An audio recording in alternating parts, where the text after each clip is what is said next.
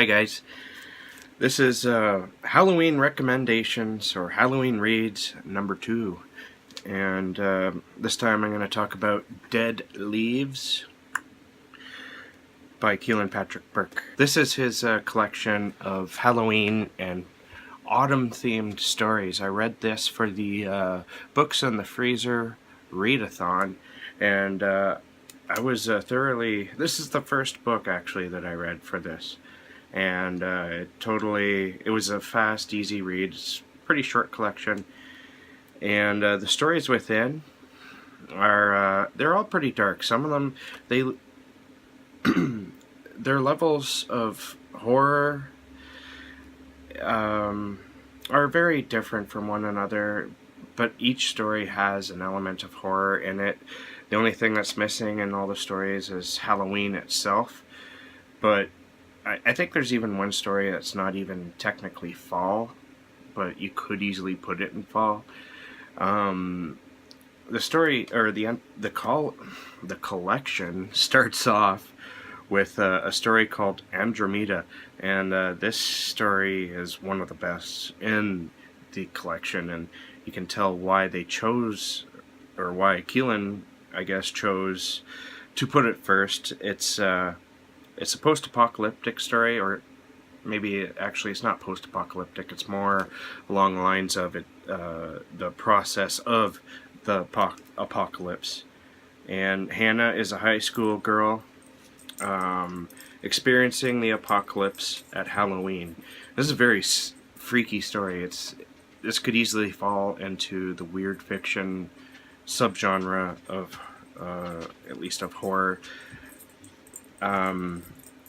Because people, and the part of the apocalypse is people are hallucinating and they see weird things, and people becoming obsessed with their hands, and cell phones are the only thing that can kind of protect you from this strange apocalypse.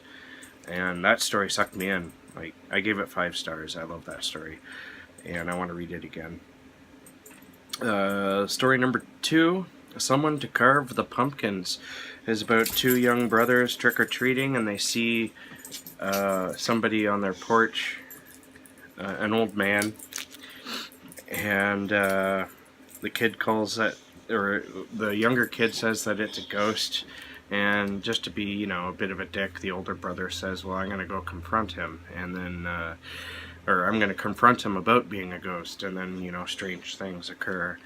The third story is called Haven.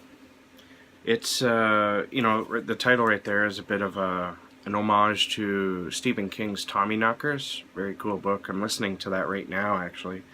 And I'm not too sure I understood this story, though. It was a very strange story about loss. The main character loses his mother, and then he sort of loses himself as he talks to a younger version of himself.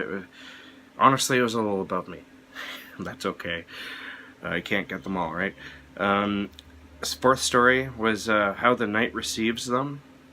This story I really loved as well. It's a very beautiful story, and it takes that old, the old idea, the old story, the ghost story of where you're driving along at night and you see a hitchhiker and you decide to pick them up. It's a young girl or a young woman, and you drive them to where they're going, and then you find out after you drop them off that person is dead. They're a ghost. It takes that idea, but it sort of switches it up very much so. I really enjoyed this story. It was even rather beautiful.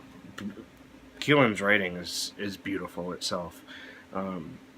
So the prose in this was just like, wow, and just what happens to the story's conclusion really, it really rather touched me.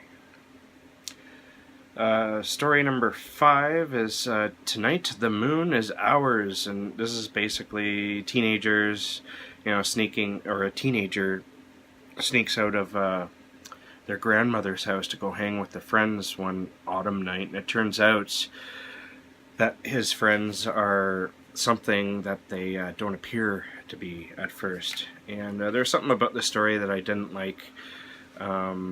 just a certain element, but I still gave it a good 3.5 stars. It was a good, well-written story. Number 6, sixth story is The Toll.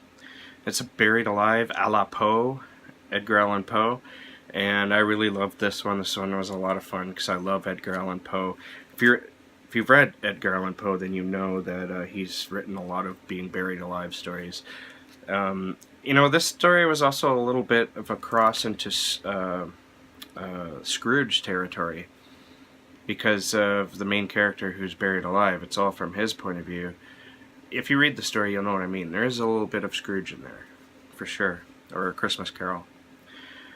Story number 7, Will You Tell Them I Died Quietly?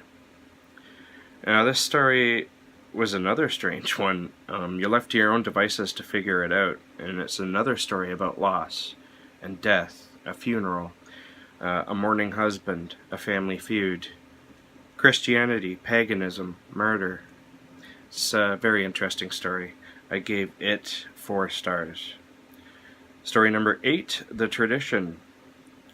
The Dare to Enter the Haunted House. This is a sad story of murder and loneliness. Story number 9, and the final story, is the One Night of the Year. This is a strange story about a family of specters that visit an old man every Halloween night on his porch while he sits out there with his dog. I'm going to leave it at that. I gave that story 4 stars and the story before it 4 stars. Overall, I really enjoyed Kealan's writing. It's very poetic and symbolic. And it's also very beautiful. The way he describes dread and loneliness is almost exactly the way I feel it whenever, it comes to haunt me. And, I thought that those feelings, I guess as people often do, I thought those feelings were sort of secular to me. Because when you're going through something like that, when you feel despair, it's easy to think you're the only one feeling it. So these stories were really nice to read, to remind me that other people feel almost exactly the same way I do when I'm at my lowest, or at least close to the lowest. And you know what? He's also Kealan Patrick Burke isn't just good at writing about sorrow, depression, or grief. He's really good at bringing the creepiness in, especially in that first story, Andromeda. That story had some seriously creepy things in it. I loved it. So overall, I'm going to give this 4 stars. It's a very good collection. It's very attuned to the fall season. You could also take the idea of death and mourning as a theme to some of the stories that didn't seem like they took place during the fall. And so it's a very, very tight collection with a very, very strong theme of the end, basically. And I really thoroughly enjoyed reading it.